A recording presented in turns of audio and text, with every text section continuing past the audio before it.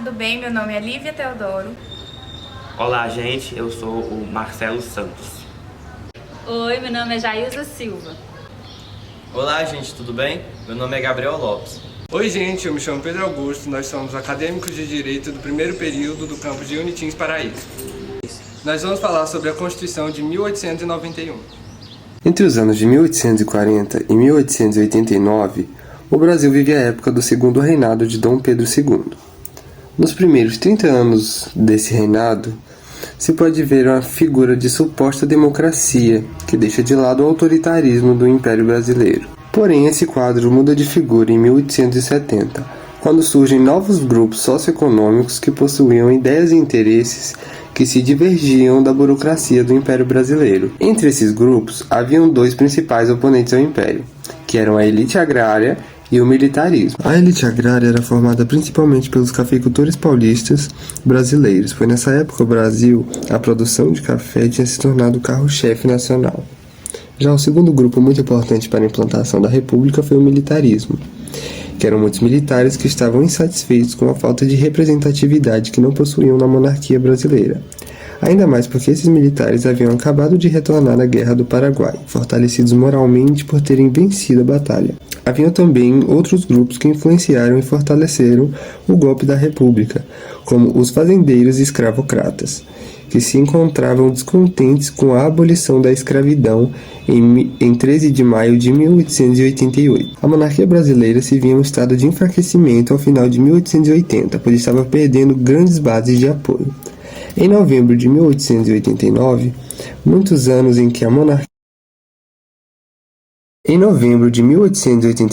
após muitos anos em que a monarquia vinha se desgastando pelos grupos em ascensão, entra em ação o Marechal Deodoro da Fonseca, que aceita um movimento que derrubou o antigo regime monárquico, implantando o republicanismo, valendo lembrar que o movimento foi realizado sem nenhuma participação popular. O novo período que agora se iniciava no Brasil recebe o nome de Primeira República ou República Velha, que perdurou até o ano de 1930, devido a uma revolução que tem como nome essa mesma data. Agora o Brasil passava por um momento de transição de um sistema governamental para outro.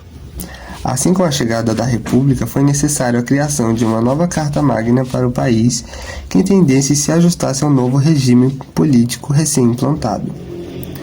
A nova Constituição foi elaborada em 3 meses e grande parte dela foi feita pelos juristas Rui Barbosa e Prudente Moraes. A Constituição Brasileira de 1891, que foi criada com base na Constituição dos Estados Unidos, possuía em seu conteúdo a federalização dos estados e a descentralização do poder. Essa nova Constituição nomeia o Brasil como Estados Unidos do Brasil. Esse nome também advindo da influência norte-americana. A Constituição foi aprovada e promulgada em 24 de fevereiro de 1891 e recebeu alteração em 1926 e foi revogada em 1930. Republicanismo. A ideia da República teve origem em meio às divergências ocorridas entre alguns grupos políticos do sistema imperialista, que tinham poder centralizado na figura do imperador ou rei, tornando-se assim um regime autoritário. O republicanismo veio como uma forma de organização política que visava o querer da maioria, descentralizando o poder do imperador. Dessa forma, seus governantes seriam eleitos através de uma votação. Um dos nomes mais citados ao falarmos da República seria o do filósofo Maquiavel. Ele defendia a divisão da política, esta sendo uma forma de libertação para o povo. O republicanismo foi engajado pelo positivismo no século XIX, como também pelo socialismo utópico, que foi uma forma de controlar a Revolução Industrial, mas sem a violência da luta de classe. Assim, o principal objetivo do regime republicano seria a resolução para problemas sociais e econômicos advindos do imperialismo. Outra figura importante na participação e consolidação do golpe republicano foi o político e também militar Marechal Deodoro da Fonseca, que, frente ao novo regime político, se tornou o primeiro presidente da República Brasileira. Marechal Deodoro da Fonseca. Manuel Deodoro da Fonseca, nascido em Vila Madalena de Samoamar de Alagoas, no dia 5 de agosto de 1827. Pela influência de seu pai, que era militar aos 16 anos, Deodoro ingressou no Colégio Militar do Rio de Janeiro, onde até o ano de 1847 cursou artilharia. Entrou para a política, chegando a ser presidente da província do Rio Grande do Sul, tendo também participado da Guerra do Paraguai, Revolução Praieira e o Cerco de Montevidéu. Foi líder do movimento anti-escravista do Exército. Depois de declarar a República de 15 de novembro de 1889, Marechal Deodoro, agora presidente, estabeleceu o Congresso Nacional Constituinte, sendo esse o responsável pela elaboração da nova Constituição Republicana. Seu governo perdurou até o ano de 1891, após renunciar no dia 23 de novembro. Os motivos que o levaram a renunciar à presidência foram uma série de problemas econômicos. Seu governo perdurou até o ano de 1891, após renunciar no dia 23 de novembro. Os motivos que o levaram a renunciar à presidência foram uma série de problemas econômicos que estava a associar o país. Entre eles, os principais termos: inflação, falência de bancos, empresas e outros. Marechal Deodoro da Fonseca também estava passando por conflitos políticos envolvendo a centralização do poder, censura, autoritarismo e fechamento do Congresso Nacional.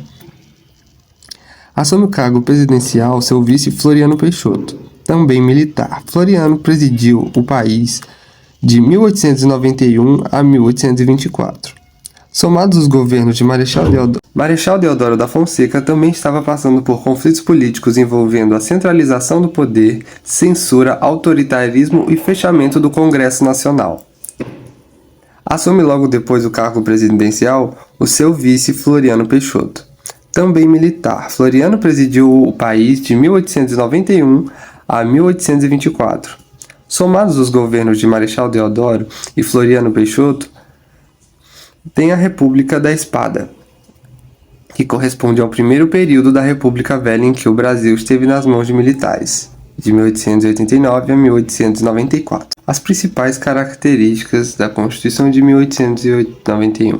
Essa Constituição, ela trouxe a tripartição dos poderes em executivo, legislativo e judiciário. O poder moderador, que era de uso único e exclusivo do imperador, foi extinto. Este poder garantia ao monarca, além das outras coisas, uma forma de equilibrar e harmonizar os três demais poderes. Ela separou a Igreja Católica do Estado.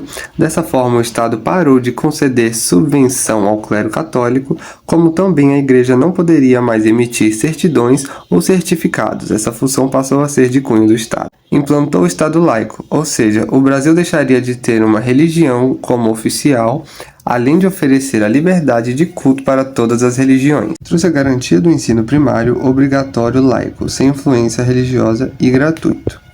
Proibiu o uso de barões ou títulos nobiliárquicos, ou seja, aqueles títulos de nobreza que organizam a hierarquia e aristocracia. Institui o voto universal a todos os brasileiros maiores de 21 anos e alfabetizados.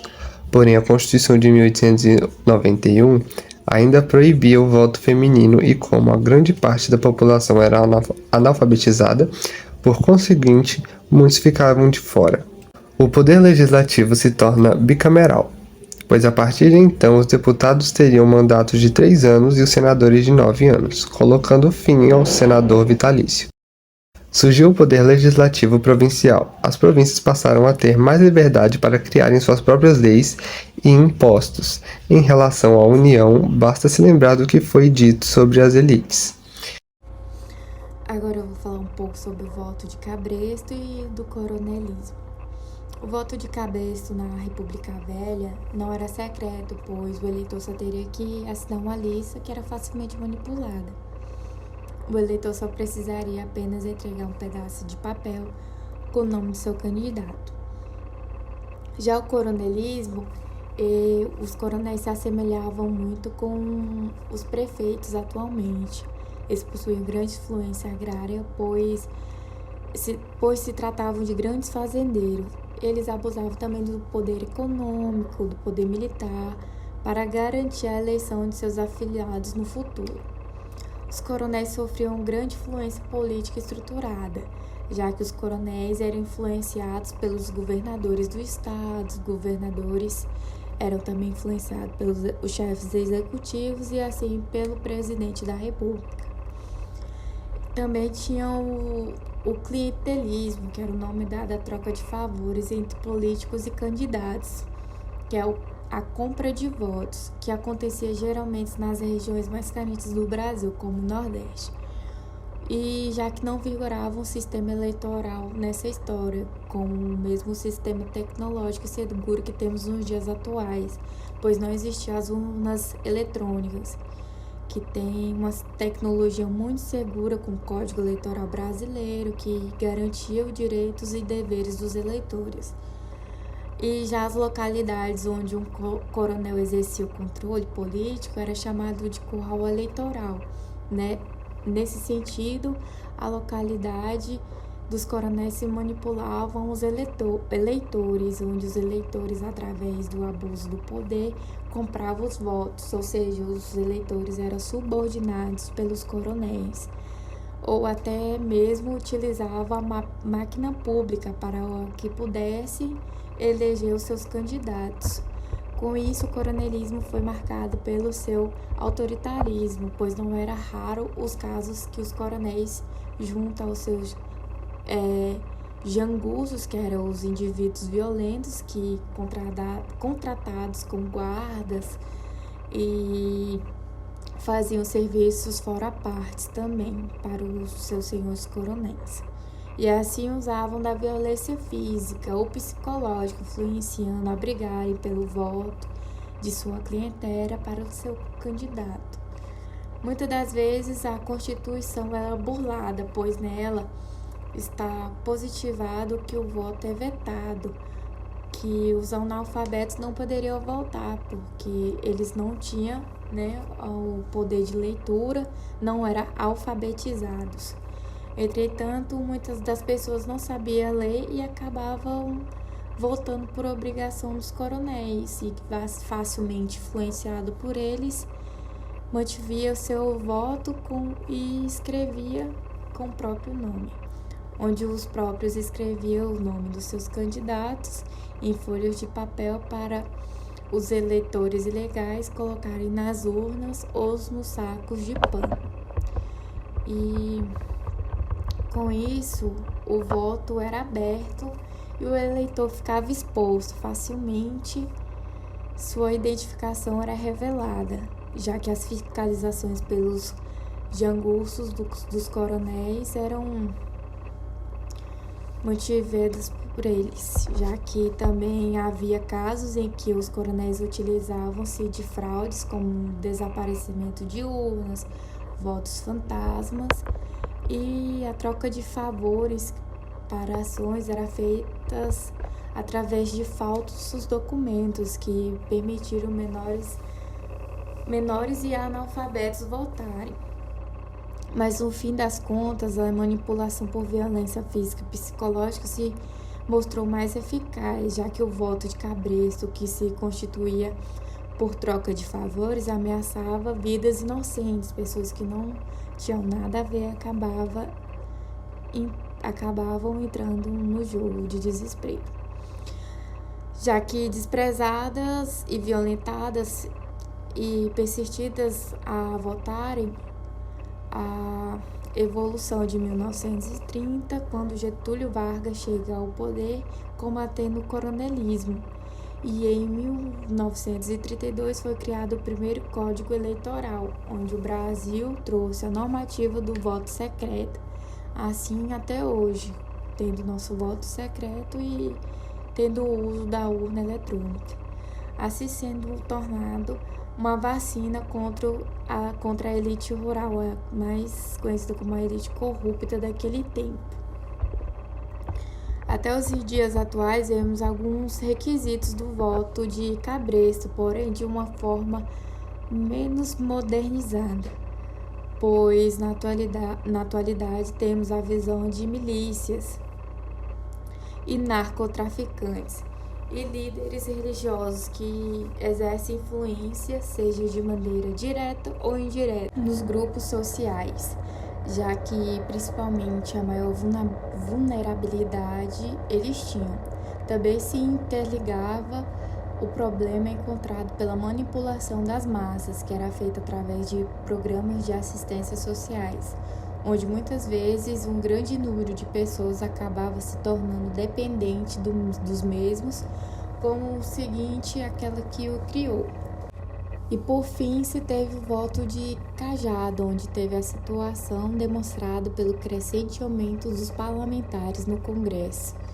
E outra instância da representatividade brasileira de pessoas com influências religiosas, pelo qual os membros da igreja ou religião são impulsionados para as eleições dos mesmos.